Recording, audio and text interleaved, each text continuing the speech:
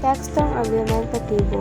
Ang tekstong argumentatibo ay nakatuon sa layuning manghikayat sa pamamagitan ng pangangatiran batay sa katotohanan o lohika. Kahalagahan. Mahalaga ito sa pagbubuo ng kritikal na pag-iisip. Ang tekstong argumentatibo ay nagbibigay ng espasyo para sa pagtatalo at pagpapahayag ng mga paniniwala batay sa mga ebidensya at lohika. Sa ganitong paraan, mas nalilinang ang kakayahan ng mga tao na makinig, magsuri at gumawa ng matalinong desisyon. Mga hakbang sa pagsulat ng tekstong argumentatibo. Una, pumili ng baksang isusulat na angkop para sa tekstong argumentatibo.